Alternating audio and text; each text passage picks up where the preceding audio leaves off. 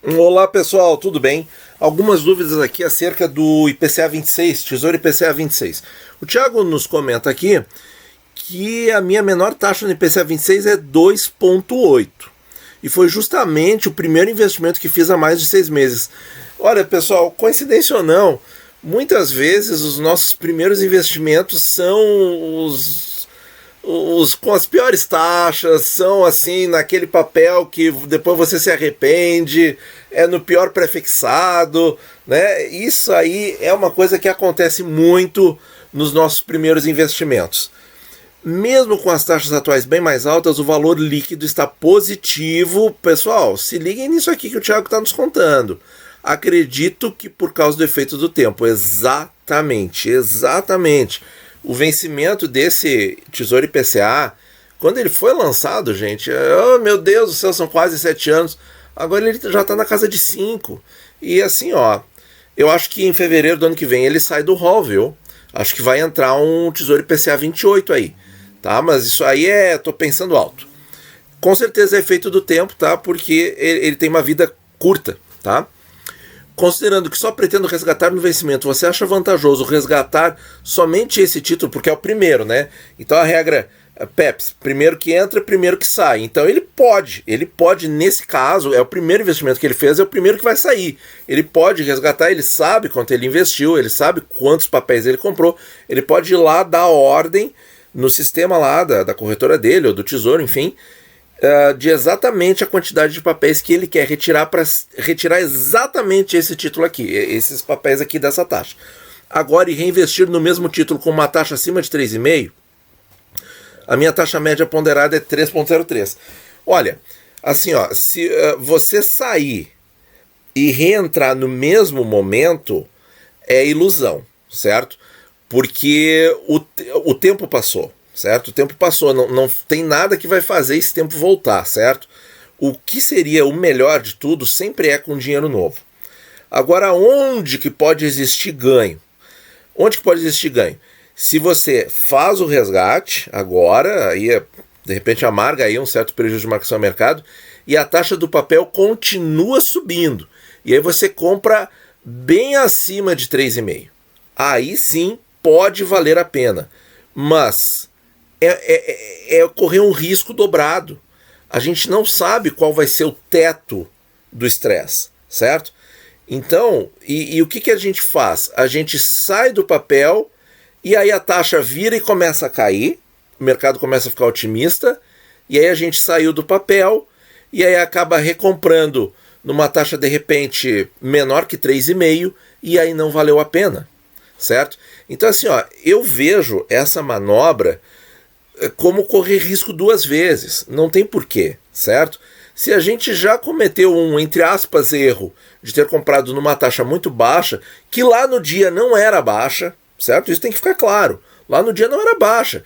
O que a gente tinha lá no dia que o nosso amigo comprou a 2,80? Nós tínhamos a mínima, que continua 2,04, nós tínhamos vários meses que o papel ficou em 2,5, e aí, 2,80 é ruim? Claro que não.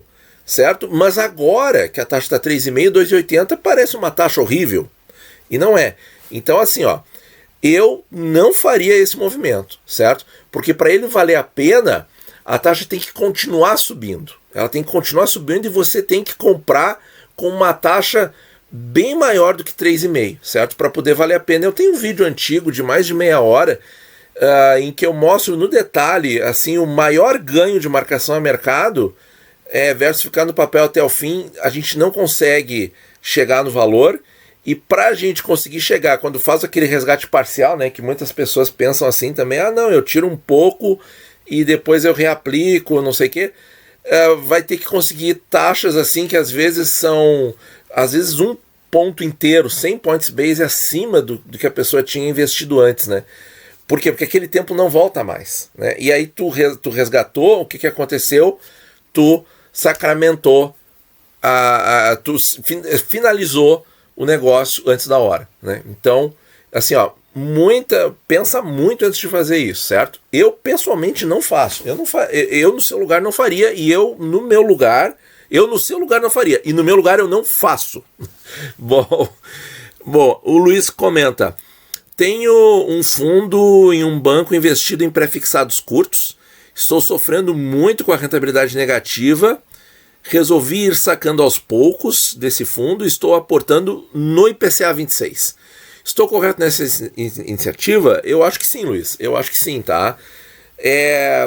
Claro que a gente nunca fala aqui no canal em realizar prejuízo, mas uma coisa é a seguinte, no caso do investimento em fundo, como você citou, quando a pessoa tem investimento no fundo, ela não é dona de nada, certo? Desculpa eu falar dessa maneira, mas ela é dona de uma cota de fundo, ou seja, ela deu um cheque para o gestor fazer as operações, tá? Não estou dizendo que ele vai fazer mal porque ele quer, ou que ele vai errar porque ele é muito incompetente, não é isso. É que tem coisas que andam em determinado curso, e quando a gente não é dono do papel, não é dono do ativo, você não é dono do título, você não é dono da ação, você não é dono do fundo imobiliário, você está navegando nas mãos de terceiros. E aí o gestor ele pode ter que tomar decisões, porque ele tem uma pressão lá de uma mesa diretora que vai, você tem que trazer tal resultado, não sei o quê, e aí ele, na pressão, pode estar mais sujeito a erros. Além do que, um fundo pode ter resgates, como você mesmo está resgatando, e o gestor lá vai ter que resgatar alguma coisa daqui a um tempo para poder reequilibrar a carteira, porque o patrimônio líquido do fundo começa a cair. E a mesma coisa quando aumenta. Quando tem mais pessoas entrando num fundo, o gestor se vê frente a decisões novas, certo? Então, tudo isso são variáveis. São variáveis que quem é dono do papel, e como você está fazendo agora, Tesouro IPCA 26, agora você virou dono do papel, então você tem o prazo. No fundo a gente não tem nada. A gente não tem prazo, não tem nada, certo? E fundo legalmente, pessoal, ele não tem nada que legalmente obrigue o fundo a entregar determinada rentabilidade. Isso simplesmente não existe.